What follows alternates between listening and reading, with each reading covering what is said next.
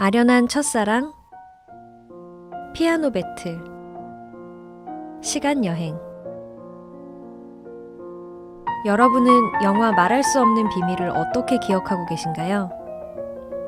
저에게는 대만의 로맨스 영화 하면 제일 먼저 떠오르는 작품이에요. 아름다운 교정, 쇼팽의 피아노 곡, 그리고 낭만적인 소도시가 인상적이었죠.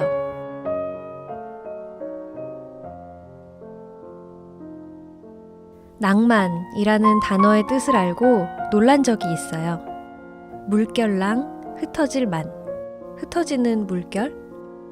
사실 한자어 자체에는 뜻이 담겨 있지 않고 로맨스를 비슷한 발음의 한자어로 옮긴 것이라고 해요. 단수이로 향하면서 낭만이라는 단어를 떠올렸어요.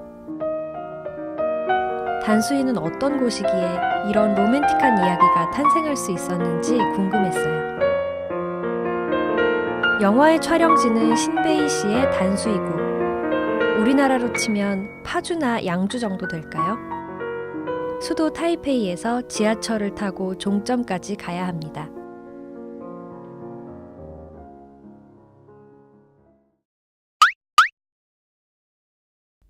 영화의 줄거리는 이렇습니다. 예술고등학교에 전학 온 피아노 전공생 상륜. 학교를 구경하던 중 낡은 피아노 연습실에서 샤오위를 만나게 됩니다.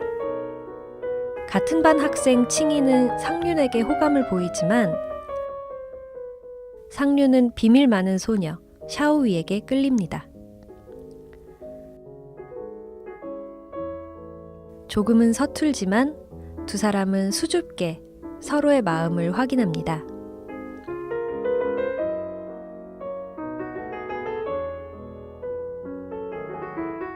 수업 시간, 상륜은 샤오위에게 피아노 연습실에서 만나자는 쪽지를 보냅니다.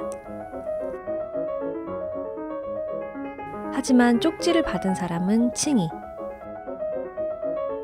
상륜은 칭이를 샤오위로 착각해 키스를 하죠.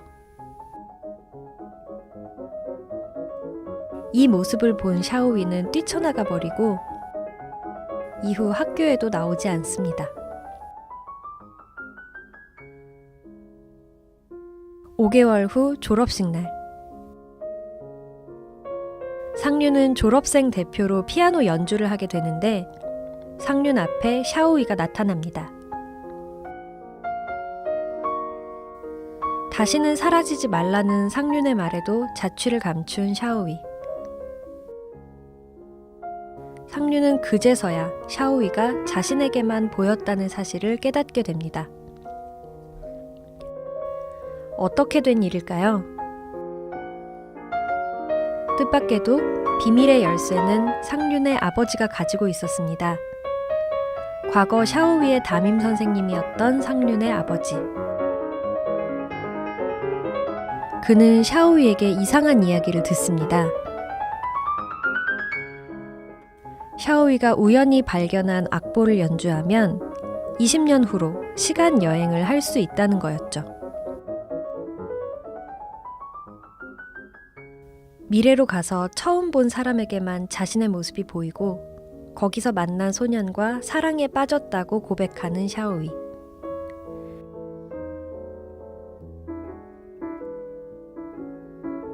그러나 상륜의 아버지와 주변 사람들은 샤오위가 미쳤다고 생각합니다. 천식을 앓던 샤오위는 점점 쇠약해져 가고 친구들에게 따돌림을 받자 학교에도 가지 않게 됩니다.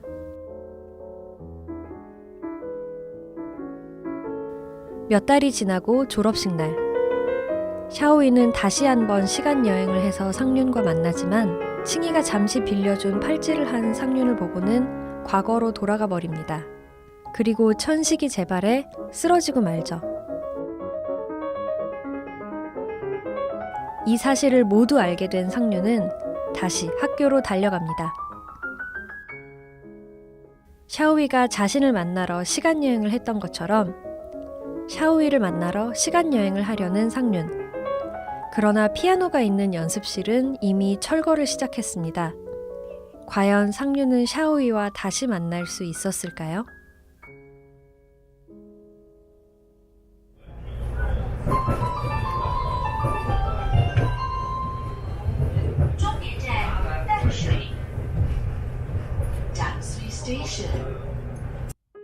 단수이역에 내리면 타이페이와는 확연히 다른 풍경이 펼쳐집니다. 작품의 배경도시 단수이는 각본, 감독, 주연까지 맡은 주걸륜의 실제 고향이기도 합니다. 자신의 고향, 그리고 모교를 사랑하는 마음을 엿볼 수 있죠. 저는 설레는 마음으로 영화 촬영지로 향했어야 했지만 그러지 못했어요. 영화의 주요 촬영지인 담강예술학교 개방 시간을 놓쳤거든요. 주말 낮에만 잠깐 개방을 하는데 공항에서 짐 찾는데 시간이 많이 걸려서 일정이 꼬였어요. 그 사실만으로도 우울했는데 급기야 비까지 내리기 시작했어요. 단수이는 노을이 아름답기로 유명한 곳인데 비가 웬 말인가요? 설상가상 내려야 할 정류장을 놓치는 바람에 단수이의 끝, 버스 종점인 항구까지 와버렸죠. 잿빛 하늘과 푸르댕댕한 바다를 보면서 생각했어요. 이것이 바로 영화와 현실의 차이다. 영화는 그 장소의 모습들 중 가장 아름다운 순간, 가장 인상적인 부분만을 포착해서 보여주죠. 그러니 영화 속 모습을 기대하면 실망하는 게 당연할지도 몰라요. 그러니 어쩌겠어요. 여행이란 원래 예상치 못한 일들의 연속인 것을. 저는 금방 마음을 고쳐먹었습니다. 학교 구경을 못하는 건 아쉽지만 어쩔 수 없다. 날씨 좋을 때 다시 와서 나머지 촬영지에 가자. 오늘은 그냥 이 우중충함을 즐기자. 그래서 계획에 없었던 배를 타게 되었습니다. 비는 좀 맞았지만 바닷바람을 느끼면서 새삼 멀리 떠나왔다는 생각에 기분이 좋아졌어요. 19세기 단수위에 정착했던 선교사 맥케이 박사를 기리는 청동상도 구경했어요. 그리고는 미련 없이 단수위를 떠났어요. 다음 날 저는 다시 단수위로 향했습니다. 이번에는 화창한 햇살이 저를 반겨줬어요. 산 도밍고 정류장에 내리면 영화 촬영지 대부분을 둘러볼 수 있는데요. 홍마오청, 진리대학교, 담강학교, 소백궁이 모두 가까운 거리에 있습니다. 저는 먼저 홍마오청을 구경했어요. 건물이 붉은색이라 홍자가 들어가는 줄 알았는데 빨간 머리 사람들이 지은 건물이라는 뜻이래요. 홍마오청은 우여곡절이 많은 건물입니다. 17세기 스페인이 처음 산 도밍고 요새를 지었는데 곧 네덜란드가 스페인에게서 이 건물을 빼앗았고 지금의 홍마오청 모습으로 증축했다고 합니다. 19세기에는 영국이 네덜란드에게서 이 건물을 빌려 영사관으로 썼고 동쪽에 관사를 추가로 지었습니다. 지금은 대만 정부 소유라고 해요. 붉은 벽돌로 만들어진 회랑을 걸으니 영화 속에 들어온 느낌이 들기 시작했어요. 영화 속 학교 건물도 비슷한 양식으로 지어졌거든요.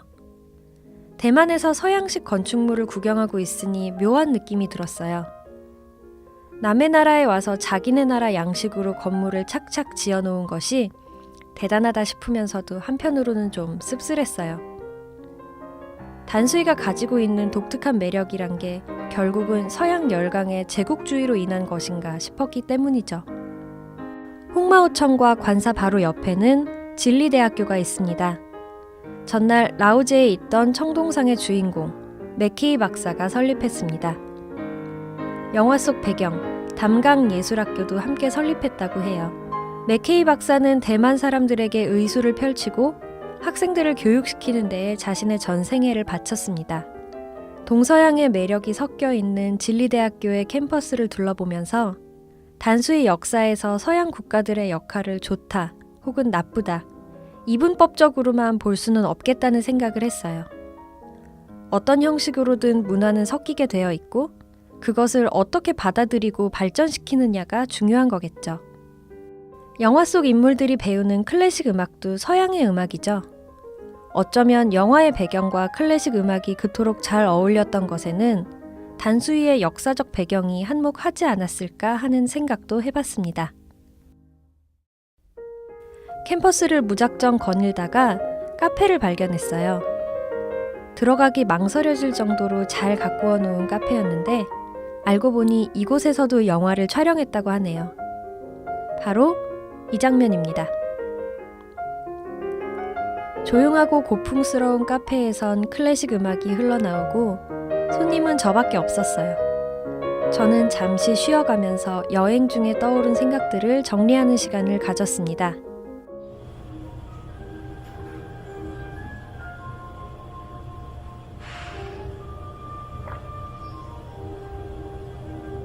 영화의 BGM이 흘러나온다면 정말 완벽하겠다 생각하며 작품 속 음악들을 떠올려 봤어요. 영화를 보는 내내 들었던 생각 중 하나는 이거였는데요. 주걸류는 쇼팽을 정말 좋아하는구나. 영화의 하이라이트 장면, 피아노 배틀씬에서 주인공 상류는 쇼팽 에튜드와 왈츠를 연주합니다. 수업 시간, 음악 선생님은 쇼팽의 생애에 대해서 이야기하죠. 쇼팽이 피아노의 시인이라 불리는 이유는 그의 음악이 시처럼 유려하고 우아하기 때문이라는 대사 속에서 쇼팽에 대한 애정을 엿볼 수 있습니다. 영화 속 쇼팽 이야기는 이것뿐만이 아닙니다. 상륜과 샤오이가 만나는 피아노 연습실에는 쇼팽과 그의 연인 조르주 상드의 초상화가 걸려 있습니다. 19세기 낭만주의 화가 외젠 들라크루아가 그린 그림이죠. 쇼팽과 상드의 관계는 상륜과 샤오이를 떠올리게 합니다. 영화 속 두 주인공은 대사를 통해 직접적으로 언급을 하죠. 결국 헤어지지 않았냐는 상륜의 말에 샤오이는 이렇게 말합니다. 두 사람이 처한 상황을 생각해보면 상륜과 샤오이에게 쇼팽과 상드의 일화는 전혀 다른 의미로 다가왔을 것입니다. 영화 속에서 저의 눈길을 끌었던 곡이 하나 더 있습니다. 바로 생상스의 동물의 사육제 중 백조라는 곡인데요. 영화 속에서는 고도프스키의 편곡 버전을 사용했습니다. 상륜이 피아노 배틀에 참가했던 이유가 이 곡의 악보를 얻기 위해서였고 졸업식에서 샤오이를 생각하며 연주하는 곡 또한 백조입니다. 저에게는 이 부분이 무척 특별하게 다가왔어요. 왜냐면 이 곡은 발레 음악으로도 쓰이거든요. 빈사의 백조라는 제목으로 공연되는데 죽기 직전 백조의 처연한 움직임을 표현하는 작품이에요. 주걸륜 씨가 이 사실을 알았는지는 모르겠지만 저에게는 이 곡이 샤오이의 모습을 상징하는 것처럼 느껴졌어요. 말할 수 없는 비밀은 음악적으로 상반된 평가를 받았는데요. 클래식을 친숙하게 즐길 수 있게 해줬다는 호평이 있는 반면 클래식의 본질을 왜곡했다는 비판도 있더라고요. 특히 피아노 전공생들은 사람들이 무조건 빨리 치는 게 좋은 건 줄 안다고 하소연하더라고요. 저는 클래식 음악을 잘 모르지만 그런 저에게도 피아노 배틀 장면은 좀 우스웠어요. 피아노 배틀 장면이 약간 힙합 배틀 같지 않나요? 저만 이렇게 생각한 거 아니죠? 스토리 전개에도 허점이 많은 것이 사실입니다. 영화 초반의 떡밥들도 제대로 회수되지 않은 것들이 많아요. 상륜이 샤오인의 집에 처음 갔을 때 봤던 중년 여성이 누구인지, 청소부 다용 아저씨는 어째서 장애를 얻게 되었는지, 맞춰지지 않은 퍼즐 조각들로 인해 여러 해석이 난무하기도 했죠. 이런 한계들에도 불구하고 영화는 꽤 성공적으로 첫사랑과 클래식, 시간여행이라는 요소들을 엮어냅니다. 그리고 이 이야기들이 단수일을 배경으로 펼쳐지면서 말할 수 없는 비밀만의 매력을 빚어낼 수 있었다고 생각해요. 저에게 이 영화는 아름다운 로맨스를 다룬 판타지 영화예요. 그렇기에 디테일이 조금 떨어져도 크게 거슬리지 않았어요. 사실 영화 속 가장 큰 판타지는 영화 속 예고 학생들의 모습이었어요. 상륜과 친구들은 고3 학생들인데 이렇게 여유롭다니요. 상륜은 학교 끝나고 학원에 가거나 레슨을 받지도 않고 해질녘에 장을 봐서 저녁 요리를 하고 한가로운 저녁 시간을 보냅니다. 우리나라 예고 학생들의 입시 전쟁 이야기는 말만 들어도 무서운데 말이죠. 낭만과 떼어놓을 수 없는 예술을 배우면서도 경쟁 속에서 낭만을 찾을 여유도 없는 학생들이 안타깝다는 생각이 들어요. 로망 혹은 낭만. 남들이 보기엔 이상하고 유치하고 무모하지만 사람들에게는 저마다의 낭만이 있다고 생각해요. 샤오이의 낭만이 상륜과 만나기 위해서 눈을 감고 108걸음을 세는 것이었다면 상륜의 낭만은 샤오이를 만나기 위해서 모든 것을 버리고 시간 속으로 뛰어든 것이겠죠. 그렇다면 저의 낭만은? 영화 속 배경지에 가보겠다며 꾸역꾸역 돌아다니는 것입니다. 단수이에서 영화 말할 수 없는 비밀과 낭만에 대해서 두서없이 늘어놓은 이야기는 여기까지예요.